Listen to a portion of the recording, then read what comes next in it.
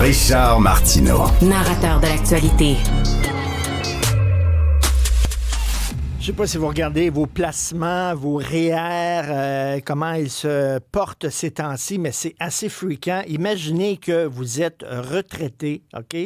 L'argent que vous allez avoir besoin, dont vous allez avoir besoin pour vos dernières années de vie, ce sont des placements. C'est l'argent que vous avez mis de côté parce que vous n'avez plus de revenus. Et là, vous voyez ces placements-là fondre comme neige au soleil à cause de l'autre bozo au sud de la frontière. Comment se portent les retraités? Il y en a même qui doivent retourner au travail. On va parler avec M. Paul-René Roy, président provincial de l'Association québécoise des retraités des secteurs publics et parapublics. Bonjour, M. Roy. Bonjour, M. Martineau. Est-ce que vous êtes inquiet pour les retraités du Québec? Oui, on est inquiet parce que ça s'ajoute à un paquet d'autres choses qui, on place ça sous le thème de l'insécurité financière. On l'a vu après la pandémie, il y a eu une couple d'années de forte inflation. On est dans une crise du logement où ça implique passablement de monde. Oui. On voit un gouvernement au Québec qui a un déficit budgétaire important et qui s'apprête à faire des compressions budgétaires importantes alors qu'on parle beaucoup de soutien à domicile pour faire en sorte que les aînés, les retraités puissent rester le plus longtemps possible dans leur environnement. Alors, imaginez-vous quand des gens ont économisé pendant toute une vie, parce que c'est pas tout ce monde-là qui a des régimes de retraite. Là. La grande majorité n'a pas. Il a donc fallu qu'ils fassent leur épargne personnelle, investir ça soit dans un REER ou dans d'autres instruments. Et là, on voit le marché avec la folie déclenchée par le président des États-Unis. Ben, ces gens-là sont de plus en plus inquiets et c'est normal. Vous savez, plus on avance dans l'âge, on est un peu comme les marchés boursiers, plus l'incertitude nous gruge. Et on le voit avec M. Trump, on ne sait jamais, d'une journée à l'autre, qu'est-ce que ça va faire. Hier, une guerre avec la Chine. Aujourd'hui, il continue sa guerre avec la Chine, puis il dit qu'il ne la fera pas avec les autres. Demain matin, il va probablement dire le contraire. C'est rien pour rassurer tout le monde, ça. Et M. Roy, j'aime ça que vous mettez ça en contexte avec toutes les autres affaires qui touchent les retraités. Comme vous l'avez dit, il y a toute une vague de gens là, qui vont avoir besoin du système de santé bientôt parce qu'ils vieillissent. Là. Le vieillissement de la population, c'est à la vitesse grand V. On coupe dans le système de santé alors qu'on n'aura jamais autant besoin de soins de santé pour ces gens-là. Ma mère demeure dans une résidence pour personnes âgées, une résidence privée. Régulièrement, elle a des hausses de loyer. Régulièrement des hausses de loyer. C'est de plus en plus cher pour demeurer dans une résidence. Et là, en plus, vous voyez vos placements descendre comme ça, chuter. C'est assez stressant, j'avoue. C'est effectivement assez stressant, puis on s'aperçoit que ça a des grandes répercussions. Dans la dernière année, puis moi, vous rajouter quelque chose par rapport à ça, on a vu dans la dernière année que le phénomène de l'itinérance a rejoint le monde des aînés. Il y a des gens qui sont plus capables de se loger et qui se retrouvent, malgré eux, pas parce qu'ils le veulent, qui se retrouvent à la rue. Donc, ça fait partie de l'ensemble de ces considérations-là. Et on revient toujours à la charge par rapport à tous ces éléments-là.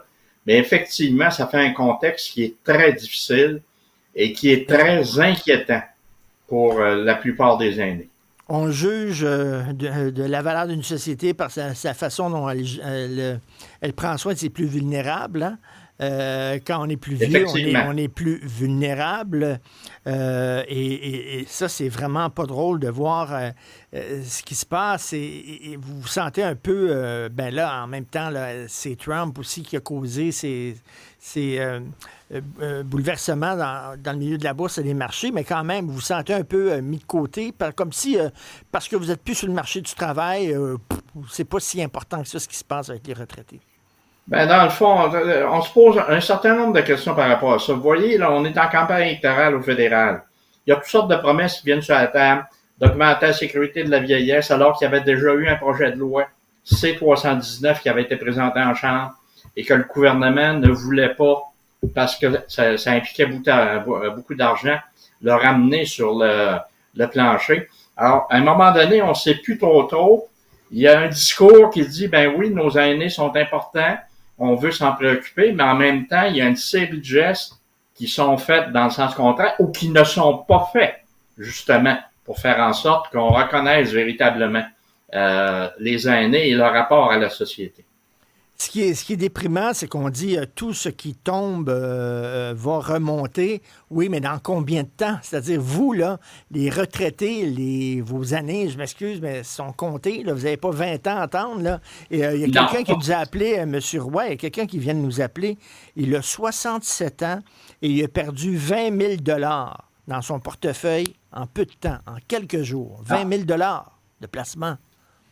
C'est pas rien. Et vous allez voir qu'il y a un certain nombre de personnes qui vont se sentir obligées de revenir sur le marché du travail parce qu'ils n'auront plus les moyens de poursuivre leur retraite. Et c'est ça que ça implique aussi.